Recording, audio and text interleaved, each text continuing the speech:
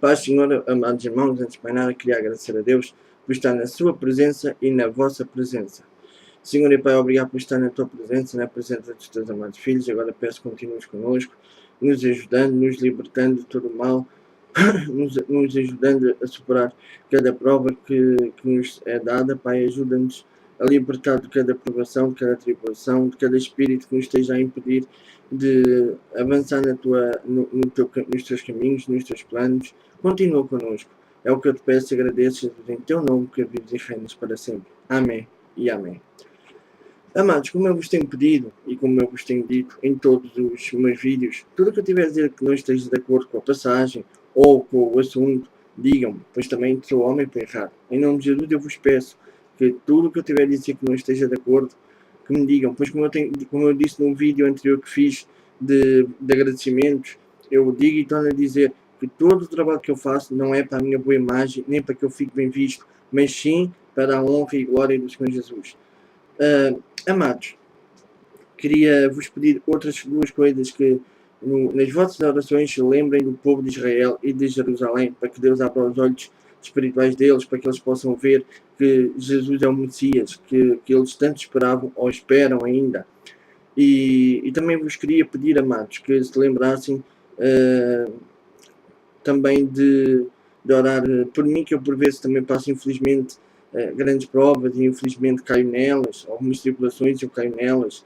Queria-vos pedir que orassem por mim também. E queria mandar abraços para todos vocês, sem exceção. Há aqueles que às vezes pensam algumas coisas e que eles não têm, os que podem, os que não podem, agradeço na mesma, os que nem ligam sequer, agradeço na mesma. Amados, queria vos falar hoje de um assunto que, pelo menos eu, algumas vezes, tenho sido, como se costuma dizer, bombardeado. E há uma passagem ideal para isso. Mas, voltando ao assunto, muitas vezes me têm bombardeado, e tem-se visto aí muitos vídeos, às vezes até fazem tipo uma reunião, digamos assim, virtual, que é para discutirem vários assuntos da Bíblia, que não é religião. Tudo bem que a gente já sabe isso, que Jesus não é religião, Jesus é o mestre da igreja, o sacerdote da igreja. Ou muitas vezes também tem confrontado com estas perguntas, como ontem, por acaso, ontem um irmão perguntou-me, tu se vais a algum lado para ouvir algum homem, tu achas que isso provém do como é que é de explicar, do Messias? Tu achas que algumas coisas que há na igreja, isso é do Cristo ou do Messias? E eu disse-lhe que é assim, isso pode não não lhe disse, mas é a minha opinião.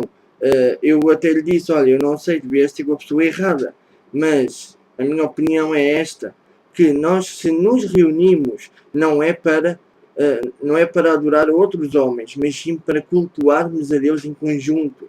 Nós cultuamos a Deus em conjunto. E quando ouvimos, neste caso, o pastor, ou o missionário, ou seja quem estiver a dirigir o culto, não é para o adorar a ele, mas sim para ouvir o entendimento que a pessoa que pôs à frente da congregação para ouvir o que Deus passou a essa pessoa. Aliás, se não fosse isso, Deus também não tinha posto os apóstolos à frente deles. Ou seja, neste caso, Paulo não punha Paulo e também Pedro e essas pessoas à frente. Não quer dizer que fossem mais ou menos que essas pessoas, ou que as outras pessoas. Não quer dizer que fossem santos de altar. Não quer dizer que fosse isso, mas sim para poder passar e o conhecimento que o Espírito Santo dava a eles. Não quer dizer que eles eram Messias, porque Messias só há um. Não quer dizer que isso fazia deles mais ou menos que este e que aquele. Ou também já tenho visto em vídeos coisas que para mim são lamentáveis. Falar mal deste, falar mal daquele, criticar este ou criticar aquele. E nós não temos esse direito.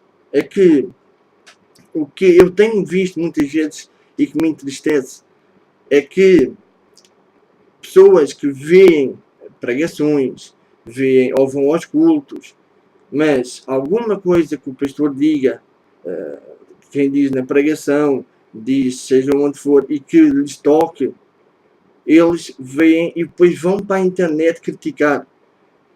Eu vou ser sincero, eu infelizmente, onde eu andava, fiz igual. Mas isso é assim, em algumas partes, neste caso, quando eu falava com o meu ex-pastor, eu via que ele estava mal. Mas agora eu entendo uma coisa, muitas vezes quando a gente está a ouvir a pregação e quando o pastor ou a pessoa que Deus pôs à frente e fala, não quer dizer que seja para nós, mas sim que a pessoa está a ser capacitada e o Senhor está a passar a mensagem e aquilo, se nós sentimos que é para nós, é porque nós estamos a errar. Agora, isto não quer dizer que nos dá o direito de chegar, fazer um vídeo ou fazer uma reunião, como há em certos programas ou sites, e fazer a divulgação, digamos assim, de criticar ou apontar aquela pessoa e dizer que aquela pessoa está a errar.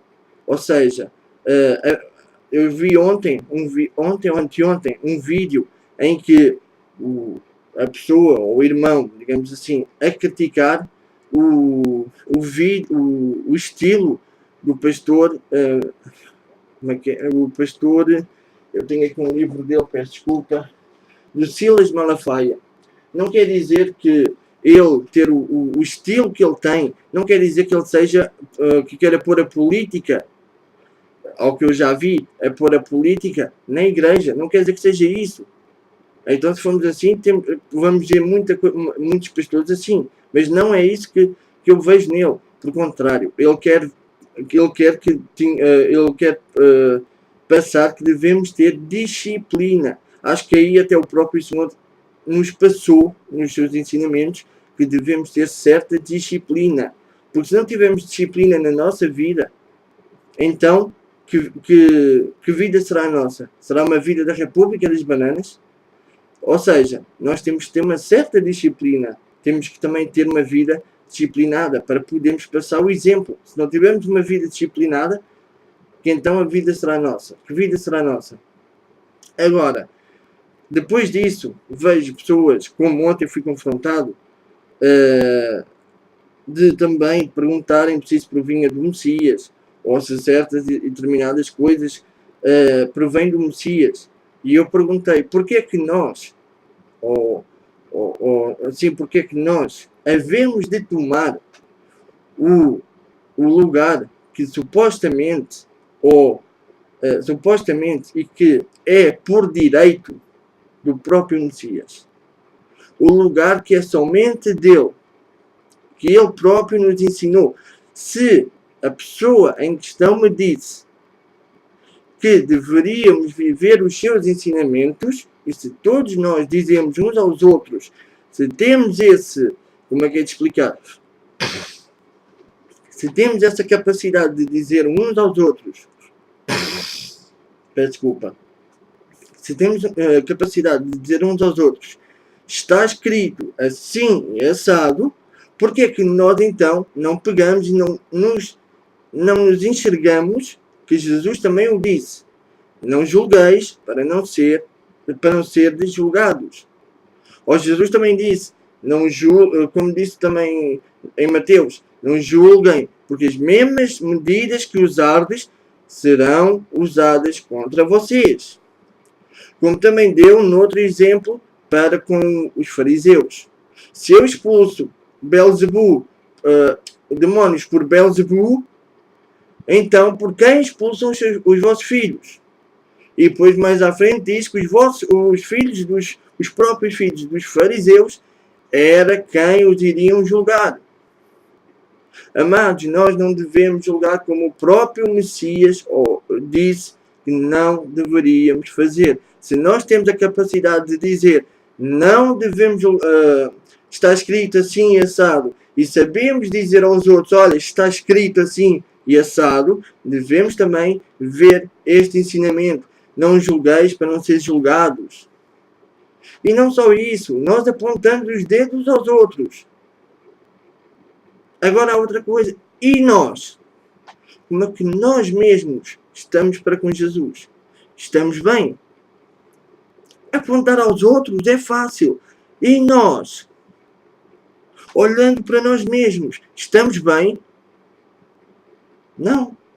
Os fariseus fizeram a mesma coisa. Pegavam, porque Jesus tinha dito: eu não vim para abolir a lei, eu vim para fazer cumprir a lei. Os fariseus, pegando nessa oportunidade para o poderem prender ou condená-lo, levaram-lhe uma mulher, que era essa passagem mesmo que eu queria ler. E esse é um exemplo. E fora outros exemplos. Nesse exemplo nós vemos.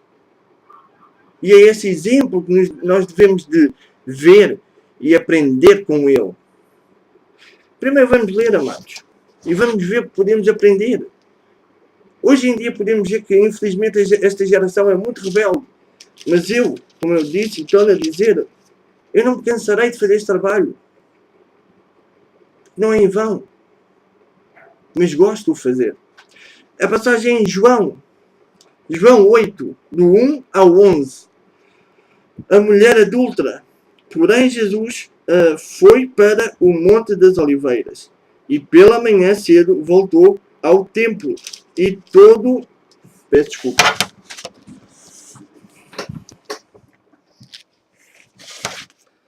E pela manhã cedo voltou para o templo, e todo o povo vinha ter com ele. E assentando-se, os ensinava. E os escribas e fariseus trouxeram-lhe uma mulher apanhada em adultério. E pondo-a no meio, disseram-lhe: Mestre, esta mulher foi apanhada no próprio ato adulterando. Na lei nos mandou Moisés que tais sejam apedrejadas. Tu, pois, que dizes? Isto diziam eles, tentando para que tivessem de que o acusar. Mas Jesus, inclinando-se, escrevia com o dedo na terra. E como insistissem, perguntando-lhe, endireitou-se e disse-lhes: aquele que entre vós está sem pecado, seja o primeiro que atire a pedra contra ela. E, tornando a inclinar-se, escrevia na terra. Quando ouviram isso, saíram um por um, a começar pelos mais velhos, até os últimos. Ficaram só Jesus e a mulher que estava no meio. E, endireitando-se Jesus, e não vendo ninguém mais do que a mulher, disse-lhe: Mulher, onde estão aqueles teus acusadores? Ninguém te condenou? E disse ela: Ninguém, Senhor. E disse-lhe Jesus: Nem eu também te condeno. Vai-te e não peques mais. Amados, aqui podemos ver. Primeiro ponto. Eles tentaram uma vez. A multidão, visto do ponto humano, estavam a querer cumprir a lei. Já estavam com uma pedra na mão. E não só do ponto humano. Já da sua natureza já estavam com a pedra na mão. Já estavam a apontar. Olha, ela é isto, ela é aquilo, é aquilo e é aquilo outro. Já estavam a fazer isso. Que é o que hoje em dia acontece. Mas também o tinham a ele, como alguns, muitos, e que ensinava, e como um bom mestre. Agora, Jesus levanta-se e diz: aquele que dentre vós está sem pecado, seja o primeiro que atire a pedra contra ela. Isto dito pelo Messias. Então, e depois voltou a fazer o que estava a fazer, descansadinho da sua vida. Um por um, todos eles largaram a sua pedra e foram-se embora. Deixaram-no. Deixaram a ele e a ela. Depois, foram-se embora e ficaram. Ficou ele e a mulher. E agora, voltou a levantar-se e o próprio Messias, de novo, voltou a perguntar: mulher, onde estão aqueles teus acusadores? Ninguém te condenou? E ela disse: ninguém, Senhor. E disse-lhe Jesus, o próprio Messias: perdão, nem eu te condeno. Vai-te e não peques mais. Pois então, se o próprio Messias o disse, quem somos nós para estarmos a apontar?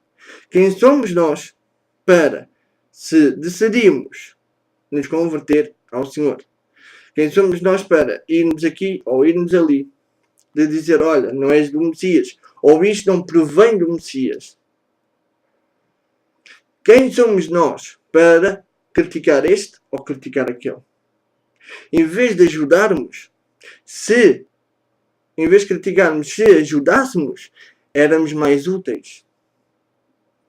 Porque o próprio Messias, que tem todo o poder nos céus e na terra e pode julgar, esse nem julgou uma mulher que foi apanhada em pleno adultério. Ele não condenou. Quem somos nós para condenar? Quem somos nós para apontar? Aliás, quem somos nós para tomar o seu lugar? Ou querer tomar o seu lugar? O diabo fez o mesmo. Caiu. Amados, se este tem aquele como é que se diz? Se este tem aquela maneira de pregar, ou se é errado, se vês que é errado, se pedes ajuda a Deus e vês que é errado, segue outro caminho, mas não o condenes, não o critiques. Só aí já estás a pecar também. Se vês que não é do Messias, se pedes oração e se vês que está mal, não critiques, não. Deixa que Deus faça as coisas. Não és tu que tens de fazer as coisas. Não sou eu que tenho que fazer as coisas. É Ele. Não te antecipes. Eu por vezes também sou um bocado... Quero-me avançar mais. Quero-me pôr por vezes mais avante. Mas não sou eu que não tenho que antecipar. Não sou eu que tenho que ir mais à frente. É Ele. Não sou eu, é Ele. Se vês que alguma coisa está errada, é Ele que tem de tratar, não és tu nem eu. Olha a mulher. O povo se calhar já estava naquela. Vou-lhe atirar uma pedra na cabeça, vou-lhe atirar sei lá onde. Mas Jesus disse: todos vocês, o primeiro que não tiver pecado, que atire a primeira pedra. Quem é que lhe atirou a primeira pedra? Ninguém. Quem é que a acusou mais? Ninguém. Se calhar depois ainda começaram a olhar para ela de lado. Mas não lhe fizeram mais nada. E no entanto, ele não foi contra a lei. Somente fez uma pergunta. Não, disse uma coisa. Aquele que não tiver pecado, que manda a primeira pedra. Pensa nesta passagem e nas outras mais. Não julgues. Não critiques. Não venhas fazer reuniões, isto e aquilo, contra pessoas que se calhar até estão a fazer um grande trabalho e tu a que não as queres aceitar. Tu, quem diz tu, digo eu. Diz eu. Não venhas estragar as coisas, porque depois podem vir coisas contra ti. Pensa nisso. Que Deus te abençoe, hoje e sempre.